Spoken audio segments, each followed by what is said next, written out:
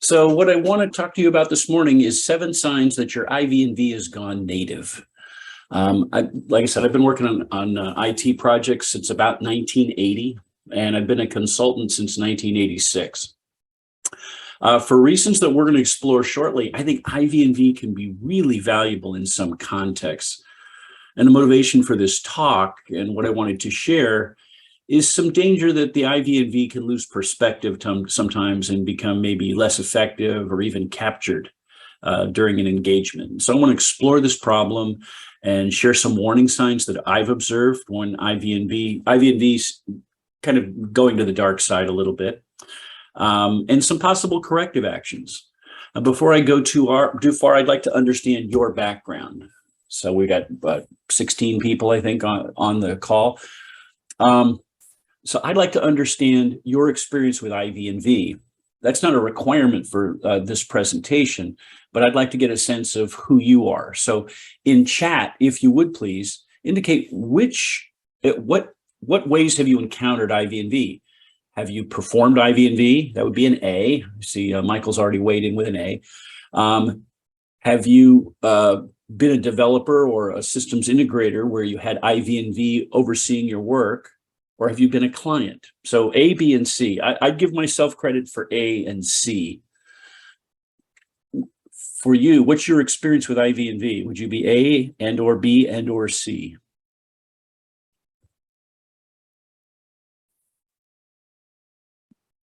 Okay, so it sounds like a bunch of you are trying to learn a little bit more about IV&V. Great, I think we can do that. In the official write-up that I did for this talk, we talked about 4 things we're going to cover. We're going to cover these 4 things. I want to talk, for those of you that don't have experience with IV&V, I'm going to talk briefly about the IV&V role. I want to talk about some problems that I've observed both as an IV&V and as a client consumer of IV&V services. And then I want to take one of those, that going native problem, where IV&V overly identifies with the developer, and do a deep dive on that, because I've seen some unfortunate outcomes when that happens. And then we're going to talk about remedies. We're going to talk about 7 signs that your IV&V might be going native, and we'll talk about some possible remedies, some things you can do to try to intervene. And as I was building this talk, one of the things that I wanted to do was standardize on some language. So I didn't want to talk about the IV&V vendor and the builder and the developer and the integrator and have all those confusing language. So on the slides today, I'm going to talk about really 3 parties. The client, the person for whom the project is being done, client or customer. Most of my experience with IV&V has been in the public sector. So the client might be the state of California or the federal government. The vendor, the person who's doing the work, doing the systems integration or doing the development work. And IV&V is usually an independent consultant that comes in, could be from outside the organization, could be from another part of the organization, to perform independent verification and validation services. So that's the language I'm going to use. When I talk about the client, I'm talking about the person the project's being done for. When I talk about the vendor, I'm talking about the person who is doing the development. And when I talk about IV&V, I'm talking about your oversight provider. Okay, so what I want to do is start with a short overview of the role of IV&V. IV&V is essentially an oversight role in my mind.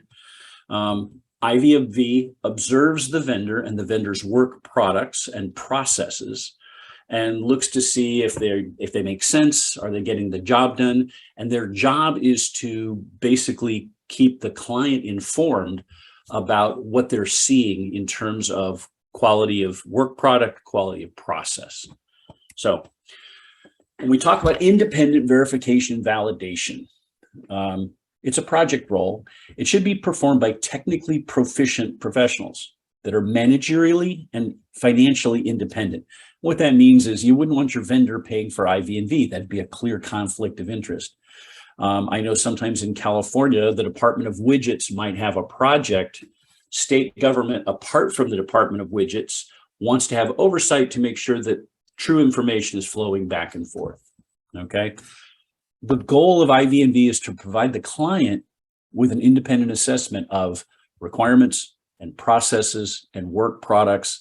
the effectiveness of the vendor's processes, their compliance with their processes and their regulations, and the credibility of the information the vendor is providing to the client.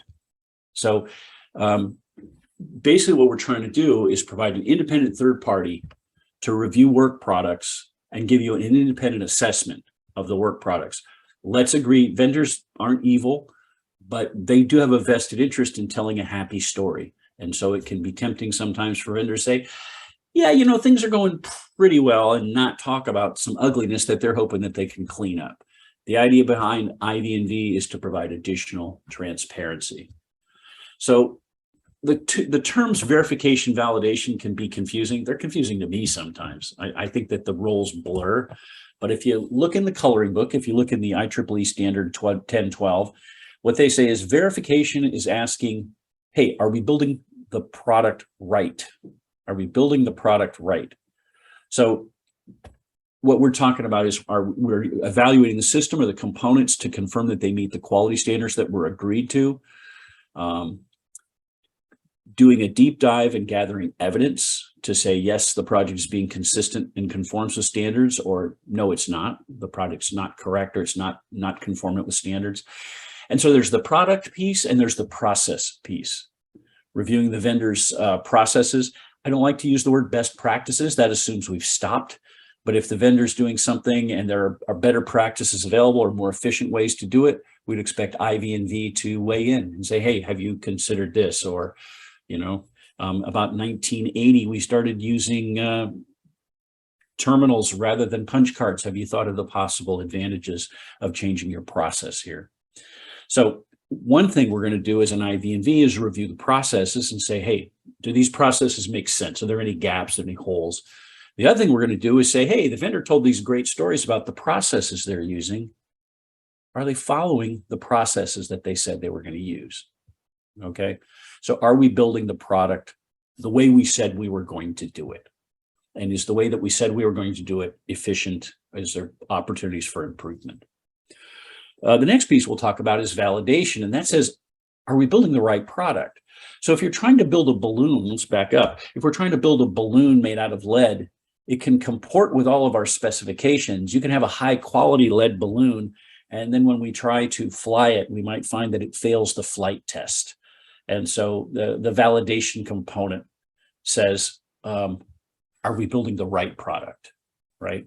Does it solve the problem that we set out to solve? Does it address the user needs?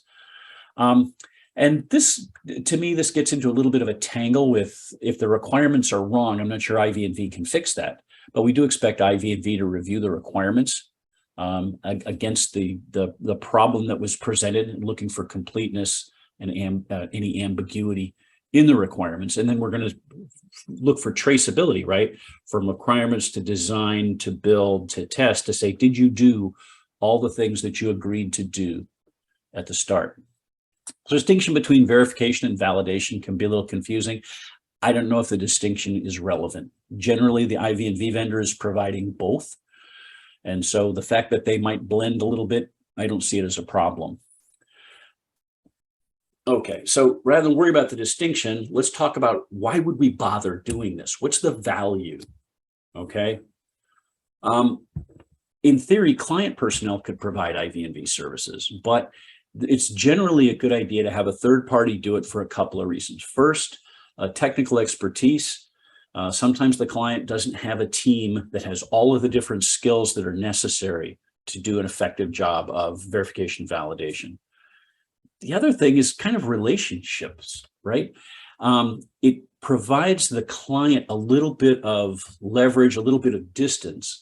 If you've got IV&V coming in and saying, this vendor work product does not meet specifications, or I think there's an error in this specification, and they present that evidence to the client is now one order removed and can have a conversation with the vendor, and it's not a direct headbutt with the vendor, right? The IV&V and your build vendor might collide a little bit, and hopefully they can work that out. But as the client, you can be a third party saying, well, here's the evidence they're providing. What would you say about this? So that independent assessment is both useful for the depth and quality of information, and also it kind of helps to lubricate the relationship between the client and the vendor. But a whole bunch of IV&V is saving time and money, right? If we can identify vendor process defects or shortcomings early, if we can identify requirements ambiguity early identification, in theory, lets us address these problems earlier, save us time and save us money and save us change orders and hopefully keep us on schedule. The bottom line is we're hoping that IV&V can promote improved communication between the client and the vendor, and that the work products that come out are going to be higher quality as a result. So this is the fancy bullet list of value. Ultimately, I'd put it back to something my grandmother told me a long time ago. She said, trust everyone and cut the cards when you play for money. And so on large projects, systems integration projects, hardware or software, there's can be a lot of money at stake. And there can be a lot of political capital at stake. And the idea is to encourage success. We want to encourage success by having an honest conversation about what's the value of what we're building. Now, if you haven't worked in an IV&V capacity, if you haven't worked with IV&V, this can all sound kind of esoteric. So I wanted to make it a little more relatable. So most of us can relate to, or imagine at least, building a new home. So I want you to imagine you're going to build a new home, okay? So if you're not an expert in construction, right, and you want to build a new home, let's imagine you've worked with an architect and you got some blueprints that you believe meet the needs for your family. It's got the electric dog polisher and the fur sink and whatever else you wanted. All of that is clearly laid out. Your wine cellar, the dungeon, whatever it is that you got going, the moat. All of that goes into a blueprint. And then you hire a contractor. Workmen show up and they build a house.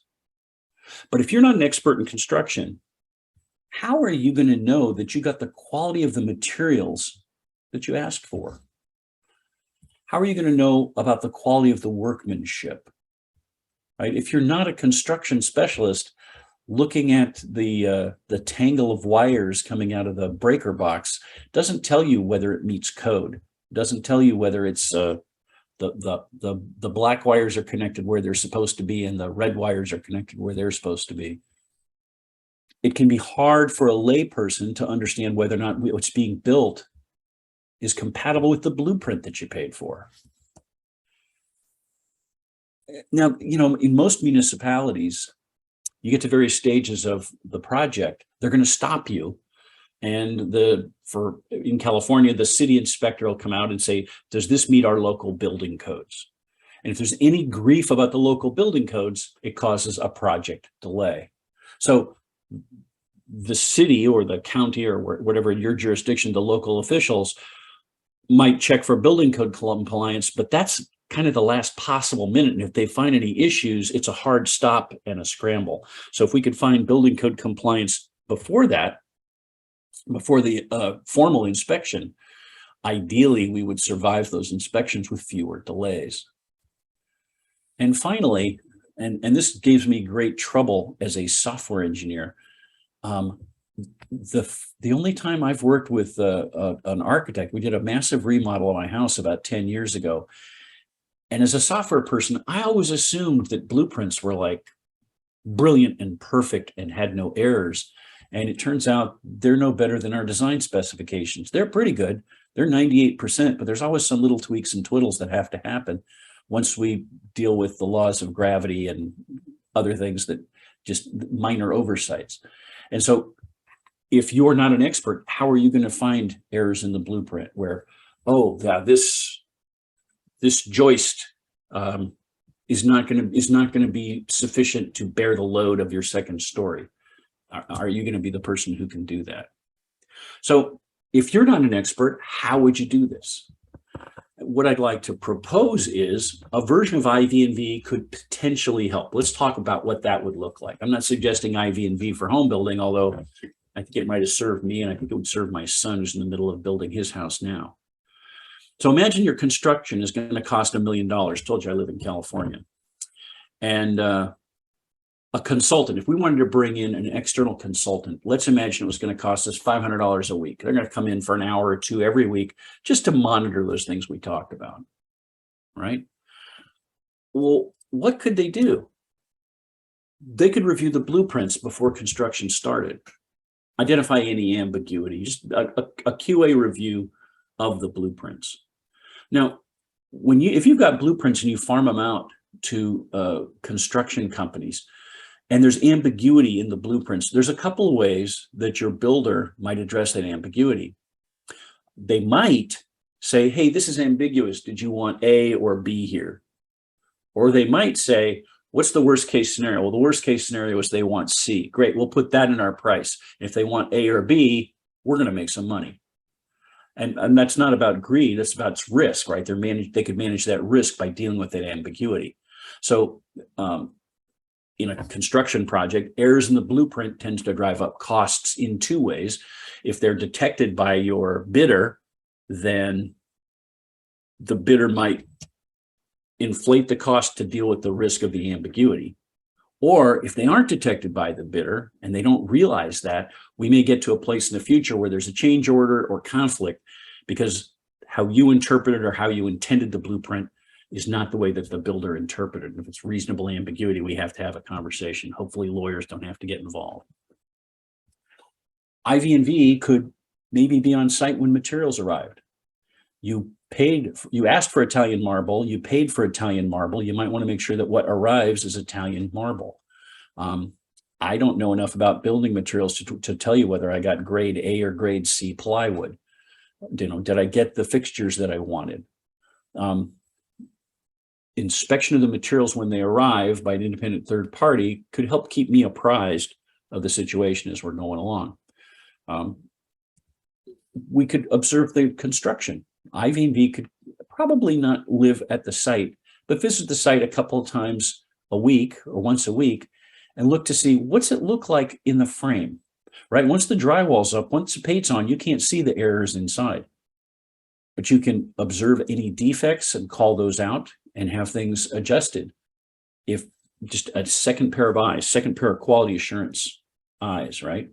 You can monitor construction to make sure it comports with the blueprint and that any variances are part of a conversation.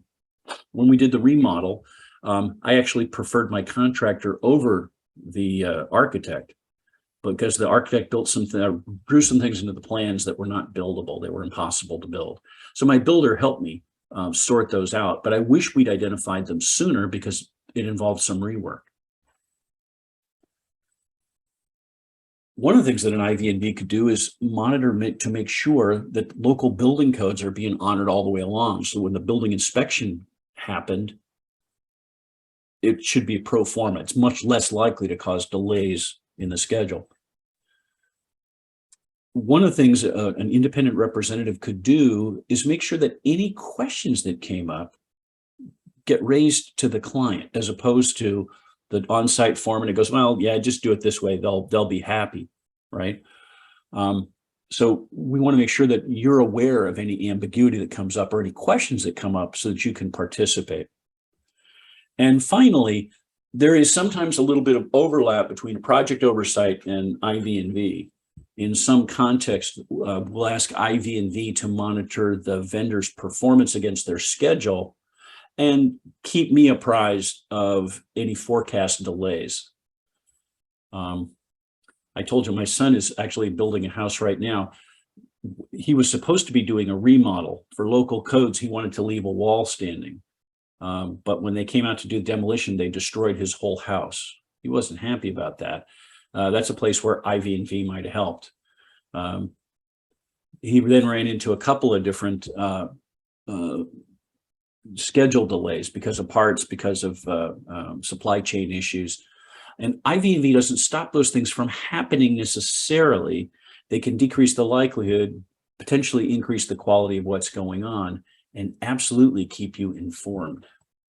So whether you're building a house or building a complex system of systems, IV&V can be relatively inexpensive. If we imagine building a house as a 40-week project and it costs you $500 a week for IV&V, that's 20 grand. That's 2% of $1 million, right? It's not free.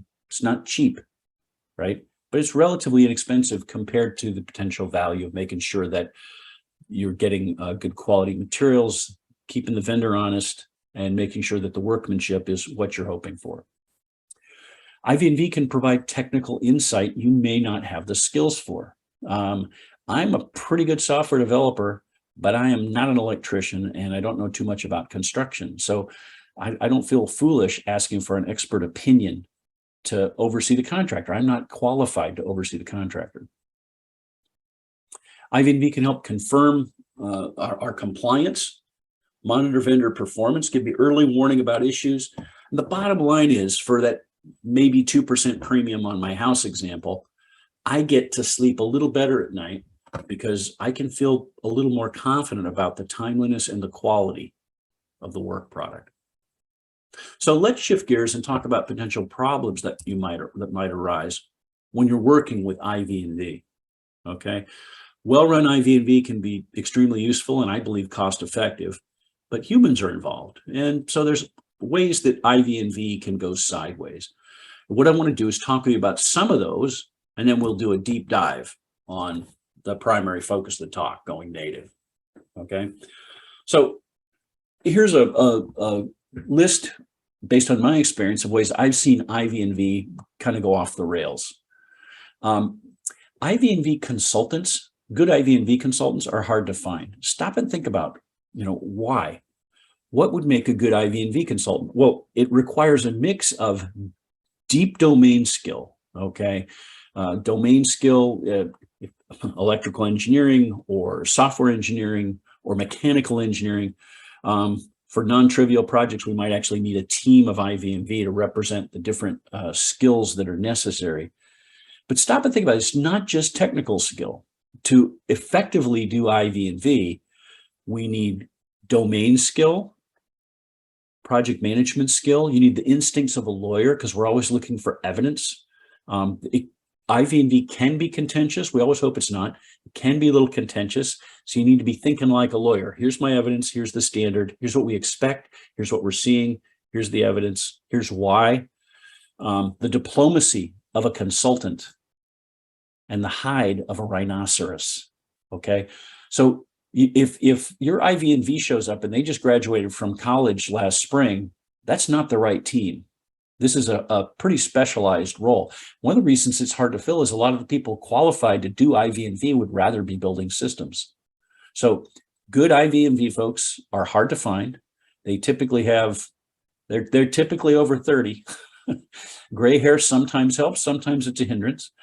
But you want people that have experience and can deliver this information diplomatically, right? So it's challenging to find these guys, and if you end up with an unqualified team, that can be a real problem, unqualified members of the team. I have worked on projects where the clients ignore some of the IV&V findings, and it's not that they're foolish or evil. They've got to decide who to trust. Clients can sometimes be snowed by vendors. Vendors want to downplay findings sometimes. If going back to our silly construction example, if I have laid brick in your backyard, or the vendor has laid brick in your backyard, and IV&V says, you know what, they did not provide an appropriate foundation. They didn't pound the earth and lay a layer of sand. And so as soon as it rains, your backyard is going to be a trip hazard with the bricks floating around. Boy, the vendor doesn't want to hear that. They don't want to rip up all those bricks and do that over again. And so the vendor might try to really downplay that finding. Oh, that's, maybe the soil here is a little different, yada, yada, yada. And they could be silver-tongued devils. The vendors have a vested interest in giving you a solid system, but if there's any ambiguity in the quality standard, the vendor saves money if they don't have to do a lot of rework to meet exacting things, right? I did IV&V on a $100 million project one time, where to give the vendor a little grace, the project was awarded and then held up in protest for, I don't know, 6 or 8 months. The team that was proposed based on their resumes looked like a really solid team. The solution that was proposed based on the proposal looked like a pretty solid technical solution. But when the protest was resolved and the team showed up, It was a different set of folks. We can't blame the vendor for that. You're not going to hold people on the sidelines for 9 months. So a different set of people showed up. And frankly, the folks that showed up weren't tall enough for the ride. And so I was part of an IV&V team. We're looking at some architecture and designs, and they were really bad. And it's rare you come across architectures that are that bad. They're clearly, obviously bad. Things you could explain to your grandmother on the chalkboard in 5 minutes. This won't work. So we wrote a series of detailed reports going, warning, danger. We think this design is not going to hold water. The project manager for the vendor went into the client and said, hey, we build rockets. Who are you going to trust? Us? We put people into space, or this IV&V folks over here. The client had to make a call. 4 years later, the project was on the front page of the paper, cost the state of California over $1 billion in penalties. And the project had to be completely redone because the architecture was fundamentally flawed. The project had a really tight timeline. I don't think the client made the right choice, but I understand some of the pressures that were on them, but it was really expensive. If you're going to have IV&V and they're going to give you findings, one of two things is true. If the findings are crap, fire the IV&V and get a new IV&V. If the findings are valid, it's probably in everyone's best interest to deal with them. They need to be prioritized. I understand that. Zealous IV&V. Some IV&V consultants can be jerks with no sense of proportion. And they've got the volume cranked to 11 for every finding, right? Oh, there's a period missing in this document. Call out the Marines. That's not helpful. Basically, important things can get lost in the noise. This is not supposed to be a witch hunt. It's supposed to be arm's distance help, right? And that arm's distance gets into the going native part, but it should be an arm's distance assist. We don't want zealous. We aren't trying to play gotcha with the vendor. And if you've run into an IV&V folks like person that's like that, it's really relationship destroying. But we do want a level of zeal. We do want IV&V to be doing a workmanlike job, looking behind the refrigerator, looking under the sofa for those dust bunnies to make sure that we're getting quality in the places we can see and the places that we're not. Kind of goes back to unqualified IV&V teams. Remember, we said it can be hard to recruit and retain IV&V because it's a pretty specialized set of skills. And what that can mean is that sometimes the teams can be understaffed. You got a great team, but you don't have enough arms and legs. And so that's something to watch out for. Are there places in the system that people aren't going? I'm a software nerd. I can't really help you much reviewing electrical engineering specifications. Do we have an electrical engineer on project? Is there certain aspects of the system that aren't getting the right, aren't getting the right scrutiny? Some vendors can be very resistant to IV&V if they haven't worked with them before. They can see it as a threat. I mean, don't you love me? Don't you trust me? Why do we have IV&V here?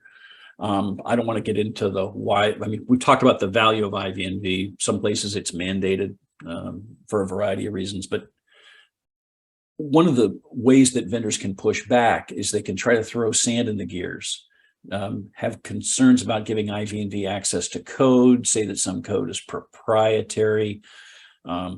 So one of the things to think about is when you're negotiating contracts with your vendor, it's a very good idea to put in there, hey, if we bring on IV&V, they need unfettered access, just to nip that right in the bud. The other thing is that you may need to have your IV&V vendors sign non-disclosure agreements before the vendor will let them look at their secret sauce or anything proprietary that they've got going on. But always be on the lookout for the vendor wouldn't share X with me. Okay, that's nonsense. That dog won't hunt. Don't let that stand. There should be no reason the vendor can't share information with IV&V. IV&V puts a request, it should be a priority. It's kind of like an audit, right? If you're being audited, the auditor says, I would like to see these records. You don't say, well, no, I'm sorry, I can't share those with you. They're confidential. No, you're being audited. You need to share that information. One of the things I've seen that can be a real problem is a brain drain, where we change team members in the middle. We get someone ramped up on the project and they're great, they're good to go, and they retire or they wander off to a different place, win the lottery, get hit by a bus, whatever it is. There's a loss, and teams can change, but we need to be mindful. This can be a real problem. When the people come in, they need to get ramped up. One of the ways I've seen this become very destructive is some organizations have concerns. They want to do particularly public sector, they want to do a free and fair procurement rather than just a rubber stamp reprocurement. So if we think it's going to be a 3-year project and we hire Acme Company to be our IV&V, and it turns out it's a 5-year project, can you extend to Acme, or do you have to reprocure at year 3? Reprocuring at year 3, unless you don't like Acme, reprocuring at year 3 is going to lobotomize your IV&V if Acme isn't chosen. So one of the things to think about if you're bringing in, if you're writing an IV&V contract, is have the IV&V contract with the ability to extend if that works for your organization, or make it long enough to cover any likely extensions of your base project schedule. Basically, we don't have to reorient the new IV&V. That's huge in the middle. Big, scary systems, it takes a while to get your head wrapped around them. The last piece I want to talk about, and actually the focus of this talk, is going native. Going native. Now, when my wife reviewed these slides, she said, is that pejorative? Is someone going to get in trouble? The language for going native comes from social science. If we have an anthropologist observing a native village, or if we have a sociologist observing street gangs, right? Going native is when you're supposed to be an objective, right? In Star Trek, what do they call it? The prime directive. We're not supposed to interfere with what's going on. We're not supposed to over-identify with the folks we're observing. We're supposed to be just observing and capturing data. Well, going native is when you cross the line. You lose your objectivity.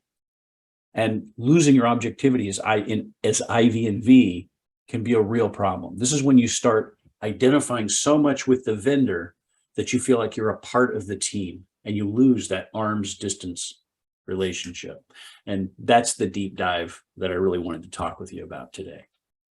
So when we talked about the talk at the beginning, if you read the description, there were 4 pieces of this. And that was great when I was writing the description. And as I built the talk, I realized, yes, I absolutely want to talk about some signs of going native and possible remedies. But talking about the signs and then talking about the remedies 15 minutes later didn't work. So what I did was I've combined 2 and 3. So I'm going to talk about 7 signs of going native. We're going to go through each of them one at a time, and then we'll talk about possible remedies going along. Okay. So we're going to review the 7 signs, and we're going to do a deep dive on each one. These are symptoms that I've observed over time. The first few projects, I didn't understand what I was seeing. With experience, I started to see patterns.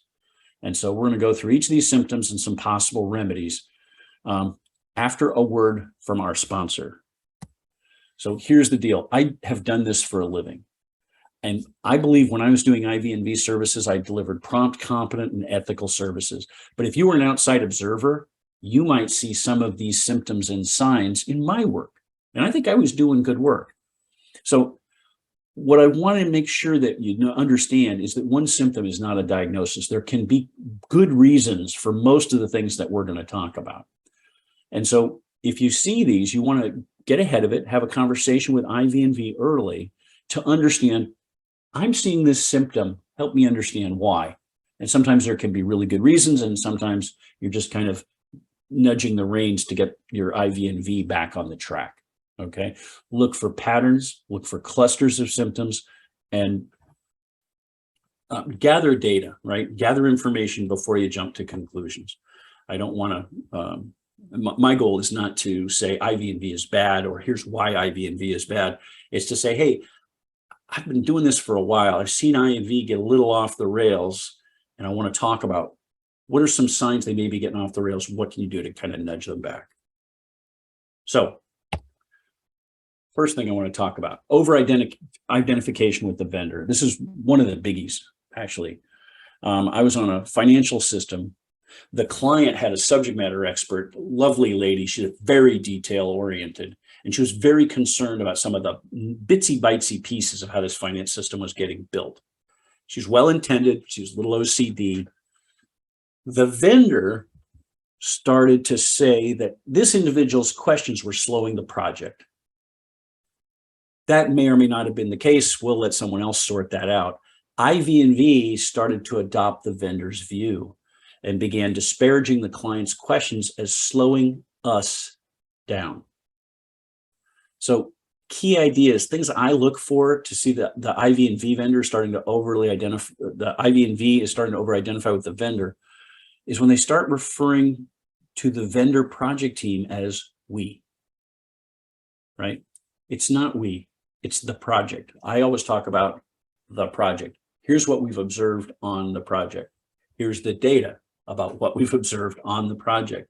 Here's the data, and here's my opinion about what this data means. But we don't want to be talking about we and us. And this is kind of weird because, you know, IV&V wants the project to be successful, the vendor wants the project to be successful, and the client wants the project to be successful. So it's completely understandable why we'd see this, but when you have when you gain some experience, you start being really, it's a speed bump in your hearing when you hear an IV&V talk about we and us. Okay, what do? Typically, you can just have coffee with the IV&V lead and say, hey, I noticed, you know, Mary Sue was talking about we encountered this problem and she was talking about the project. I really want to encourage your team. You are not my development vendor. You're my IV&V. Talk about the project. Talk about the vendor's performance. Don't talk about we and us, okay? You are an important part of the team, but you're not the project. You're not on the project team, right? I don't expect IV&V to cheerlead for the vendor. I don't expect them to denigrate the vendor.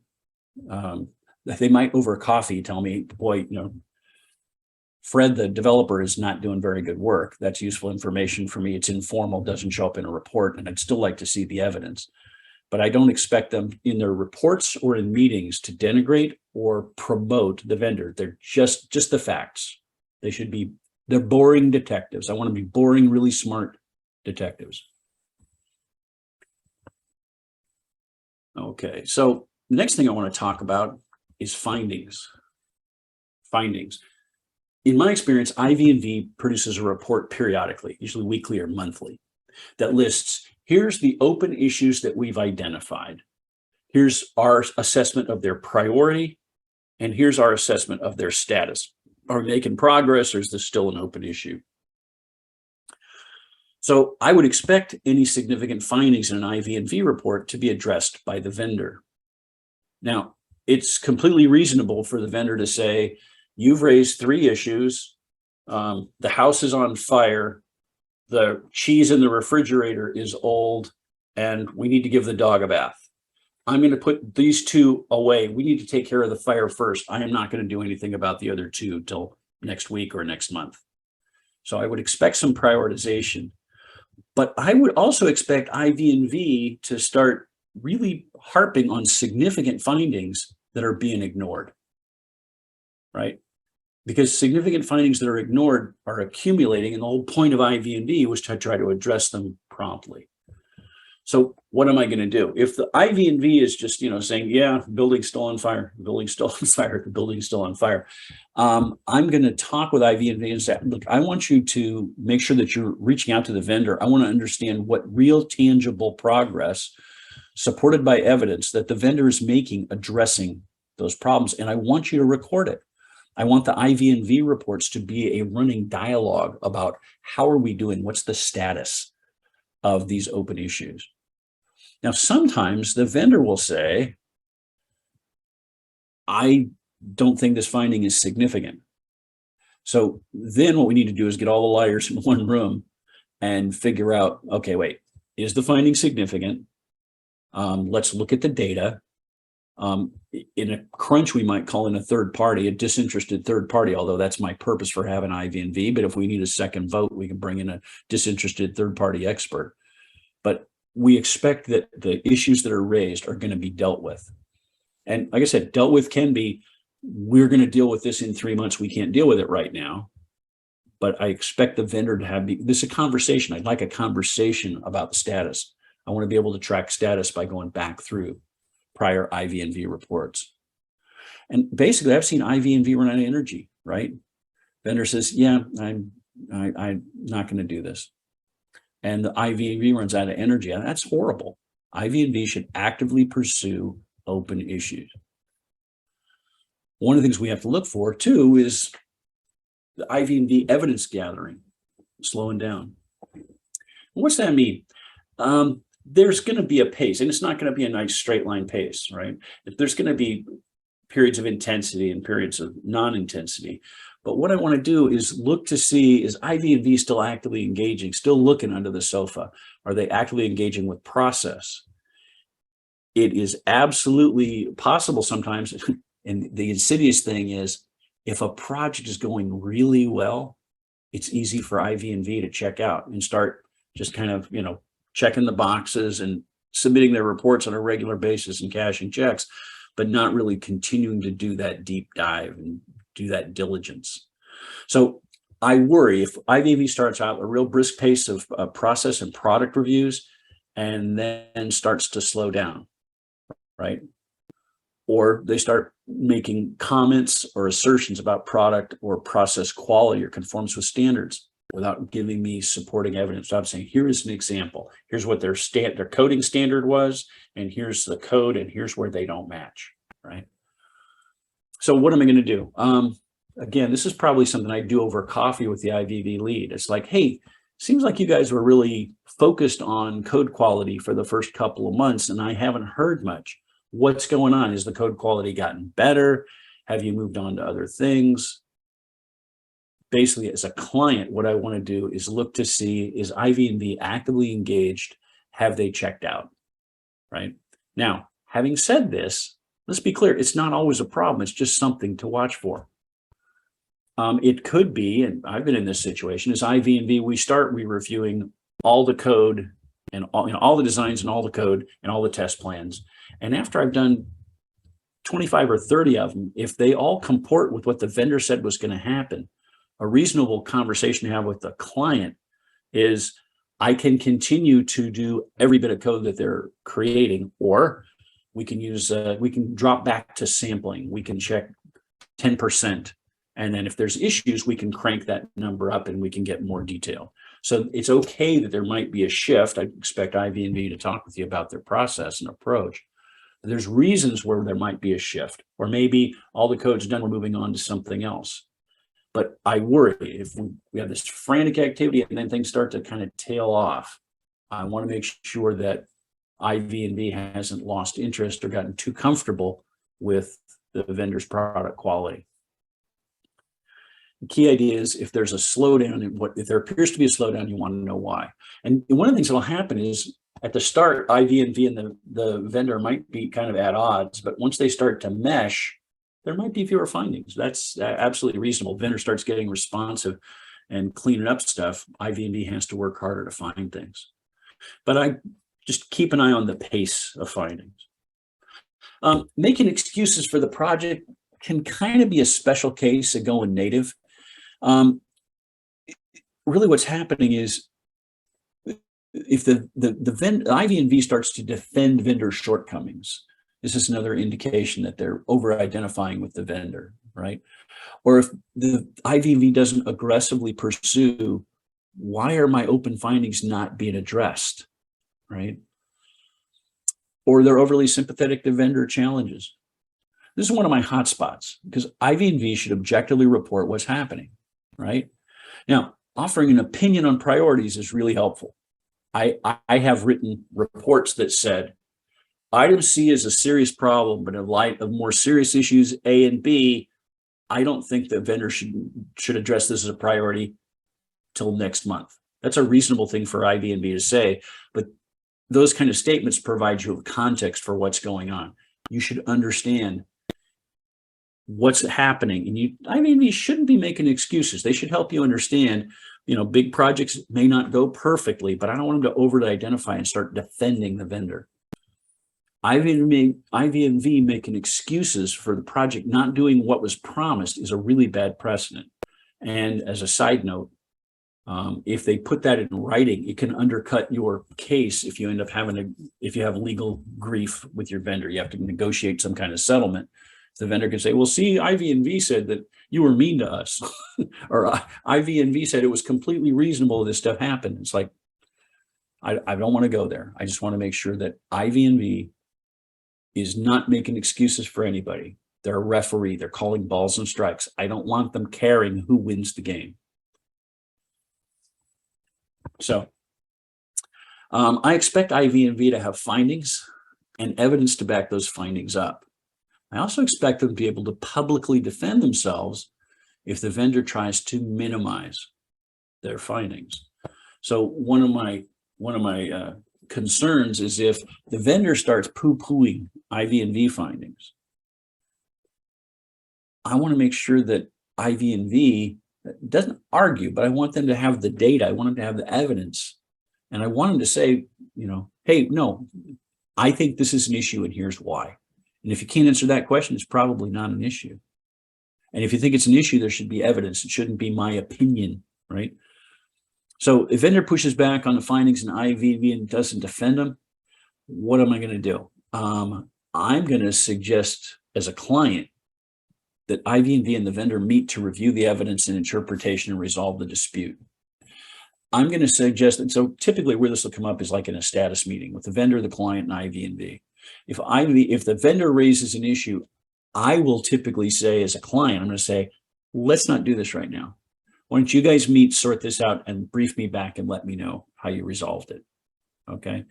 If the evidence is in dispute, have them sort out the evidence. Maybe IV&V pulled the one horrible specification randomly out of 1,000 brilliant specifications. Great. So maybe we can do a larger sample and see, was this a one-off or is there a version control problem or something? So evidence might be in dispute. If the meaning of the evidence is in dispute, right?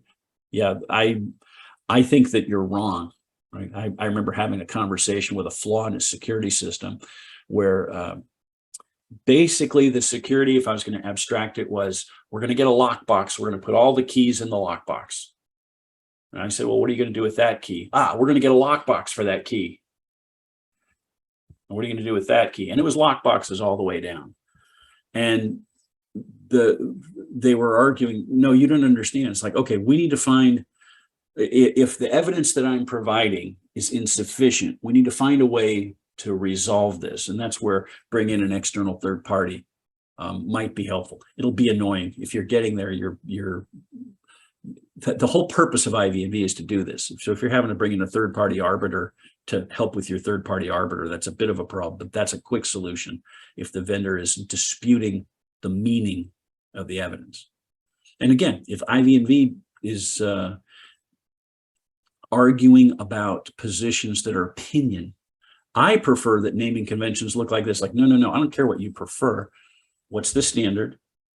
What are they doing? Are they comporting with their standard? If you have a recommendation, you can make a recommendation, but opinions are not something I want to argue about.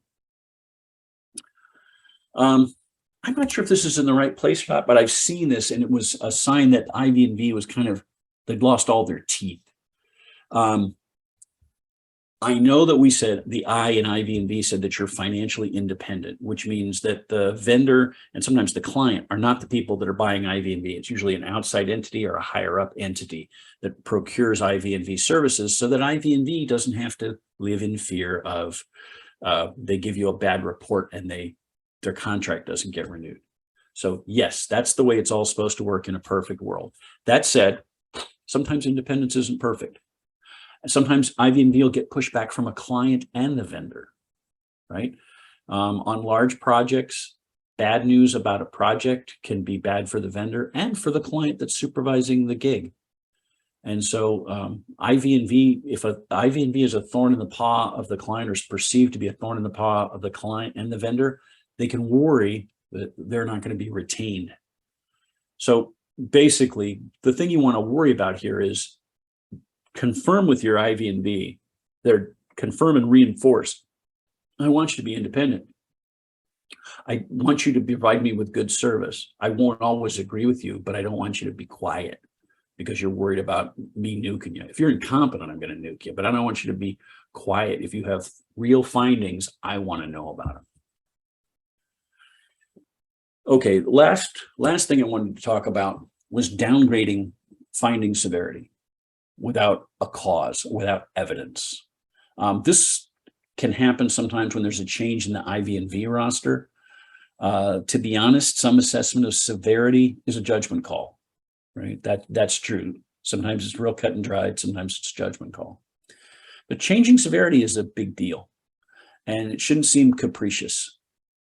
So in a situation or scenario where IV&V has documented a finding and time passes, or the vendor is silent about it or pushes back, if the severity of the finding starts to decrease, I want to understand why. Or if it increases, I want to understand why.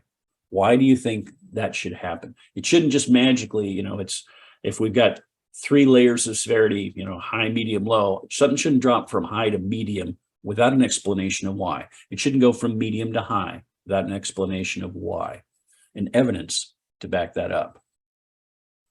I like to have a narrative. I think whenever there's whenever there's an IV&V report, I want to have a narrative that says, what's the current status? How has that changed? What did you see that made you want to do that? I've worked on findings. I've worked on projects where the findings were closed by IV&V because the vendor said, "Nuh-uh, I don't plan to do anything about this." Like, that doesn't close the finding. If the finding's invalid, if you get data that says, "Oh, the finding's in error," fix it.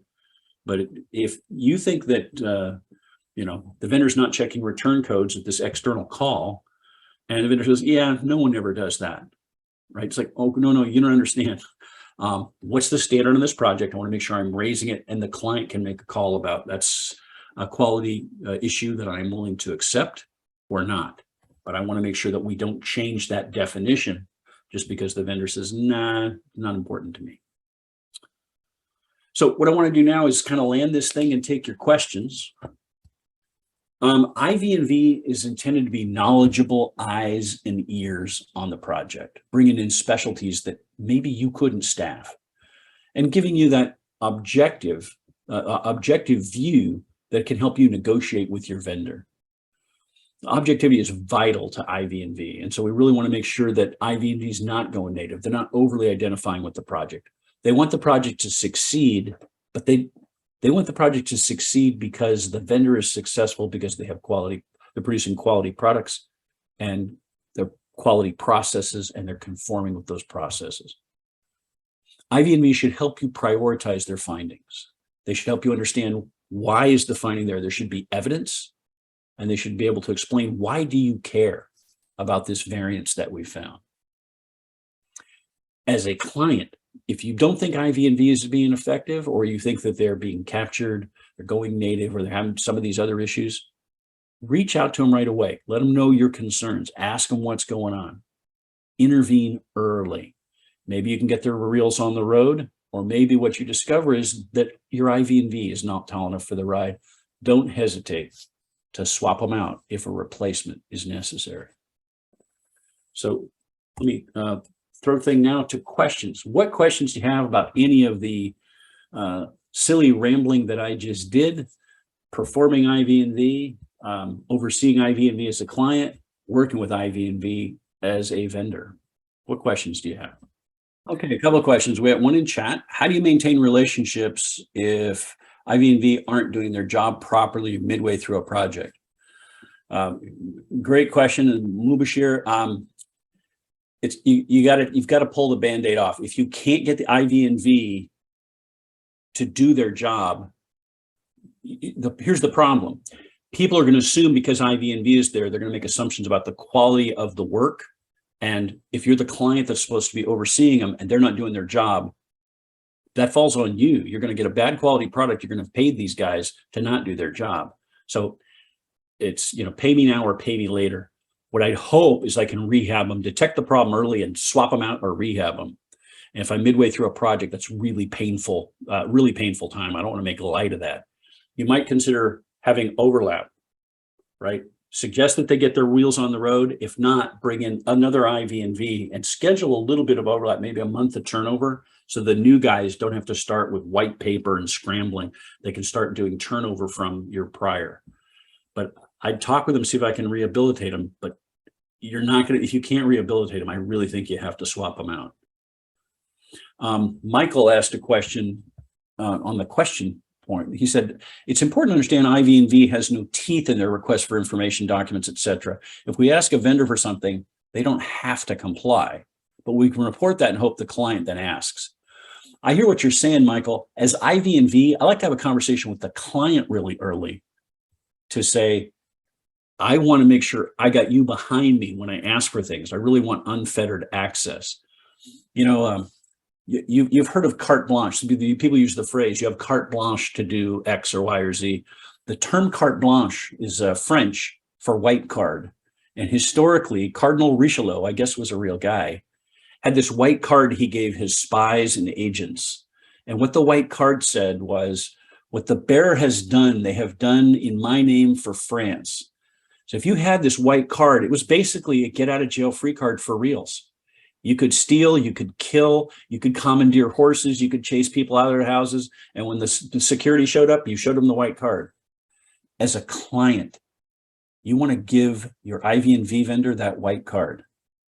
The client needs to absolutely back up IV&V having unfettered access. Now, that won't always work, but that's what I'm going to strive for as IV&V. And as you point out in your question, if I don't, I want to raise it. I tried to get access to this this piece of code or this component, and I waited a reasonable amount of time after the request, and I am still waiting. And yeah, I'm going to show that in my report, and that will get escalated in severity as we go along. This conversation I'd have with the client.